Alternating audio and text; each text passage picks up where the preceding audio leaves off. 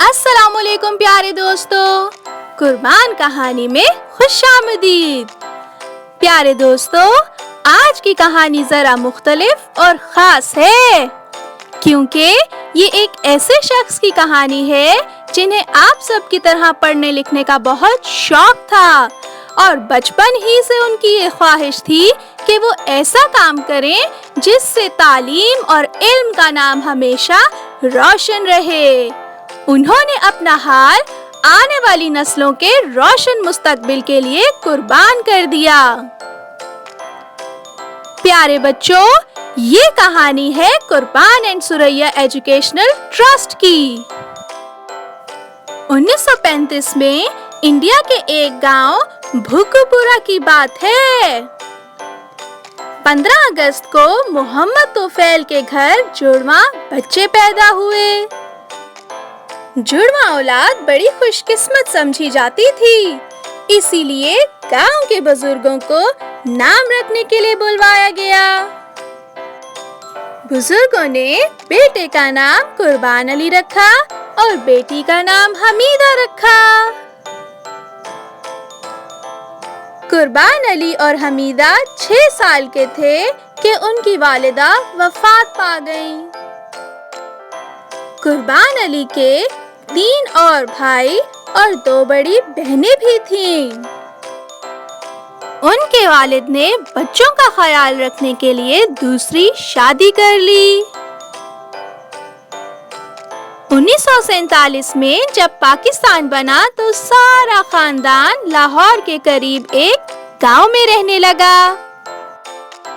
कुर्बान अली को पढ़ने लिखने का बहुत शौक था, लेकिन उनकी सौतेली माँ चाहती थी कि वो जमीनों पर काम करें।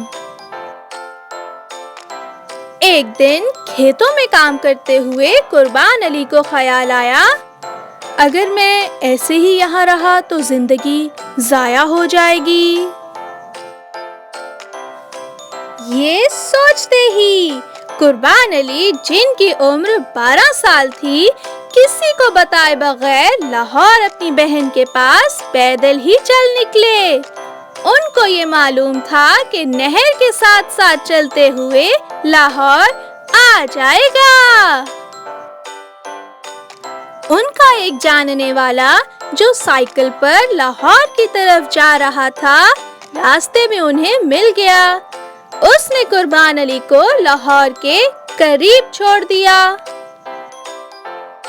बहन छोटे भाई को देखकर बहुत खुश हुई, लेकिन हैरान भी हुई कि उनका छोटा भाई इतनी दूर से यहाँ तक कैसे पहुँच गया। कुर्बान अली के एक बड़े भाई भी लाहौर में रहते थे। उन्होंने कुर्बान अली को स्कूल में दाखिल करवाया। कुर्बान अली ने बड़ी मेहनत से मैट्रिक पास किया, लेकिन उनका वाहिद सहारा उनके बड़े भाई अचानक फौत हो गए। कुर्बान अली को तब बहुत मुश्किल का सामना करना पड़ा, लेकिन उन्होंने हिम्मत न हारी और शाम को ट्यूशन पढ़ाते हुए बीए कर लिया और नौकरी भी शुरू कर दी। उनके एक कजन बरतानिया से लाहौर मिलने आए तो उनको देखकर कुर्बान अली ने भी बरतानिया जाने की ठान ली। बैरूने मुल्क जाने की ख्वाहिश को मद्देनजर रखते हुए कुर्बान अली की शादी नवंबर 1960 में उनकी चचाजाद सुरैया से कर दी गई। 2 महीने बाद वो बरतानिया के लिए रवाना हो गए।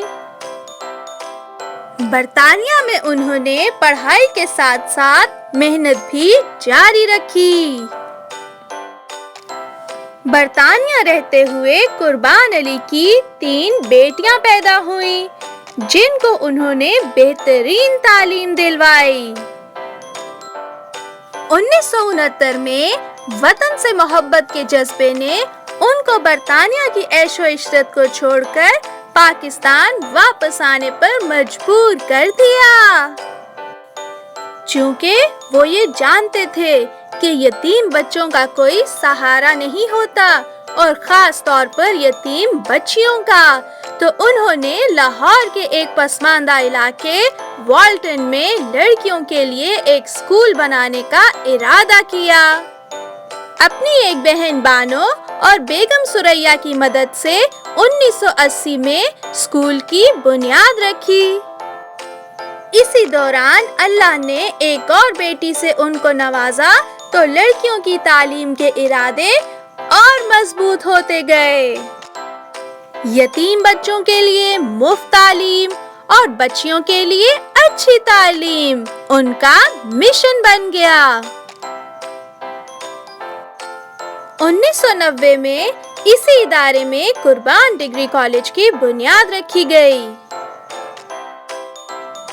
ان کی انتھک محنت سے یہ چھوٹا سا اسکول بڑھتا گیا اور 1993 میں قربان علی نے اپنا سارا سرمایہ ٹرسٹ میں ڈال دیا، جس کا نام قربان اینڈ سریا ایجوکیشنل ٹرسٹ رکھا گیا۔ 2002 میں ان کی دوسرے نمبر والی بیٹی عابدہ قربان، جو کہ لندن میں استانی ہیں اور ساتھ ہی ساتھ ٹریننگ بھی دیتی ہیں، انہوں نے برطانیہ چھوڑ کر اپنے والد کا ساتھ دینے کا ارادہ کیا۔ اسی سال قربان بوائے اسکول کی بنیاد رکھی گئی۔ ان کے ارادوں اور مسلسل محنت سے قربان اینڈ سریا ایجوکیشنل ٹرسٹ دن رات ترقی کرتا گیا، لیکن قربان علی کی صحت ان کا ساتھ چھوڑنے لگی۔ 2014 میں صحت کی خرابی کی وجہ سے ان کی بیٹیاں ان کو اپنے ساتھ لندن لے گئیں، لیکن تب بھی ان کا دل و دماغ ادارے ہی سے جڑا ہوا تھا۔ شدید بیماری کے باوجود وہ سال میں 2 سے 3 دفعہ ادارے میں کام کرنے کے لیے آتے تھے۔ افسوس کی بات یہ ہے کہ قربان علی 17 ستمبر 2018 کو وفات پا گئے۔ وہ ہزاروں قربانیوں کے لیڈر تھے۔ وہ ہمیشہ ایسے شخص کی حیثیت سے یاد رہیں گے جس کی زندگی کا مقصد دوسروں کی خدمت کرنا تھا۔ قربان نہ صرف ایک ادارے کا نام ہے بلکہ یہ ایک جذبے کا نام ہے۔ یہاں کا پڑھا ہوا ہر بچہ اپنے آپ کو قربانین کہلانے میں فخر محسوس کرتا ہے۔ پیارے دوستو، امید ہے آپ نے اس کہانی سے تعلیم کی اہمیت کے بارے میں خوب سیکھا ہوگا اور آپ بھی ایک عظیم لیڈر بن کے دکھائیں گے۔ شکریہ، اللہ حافظ۔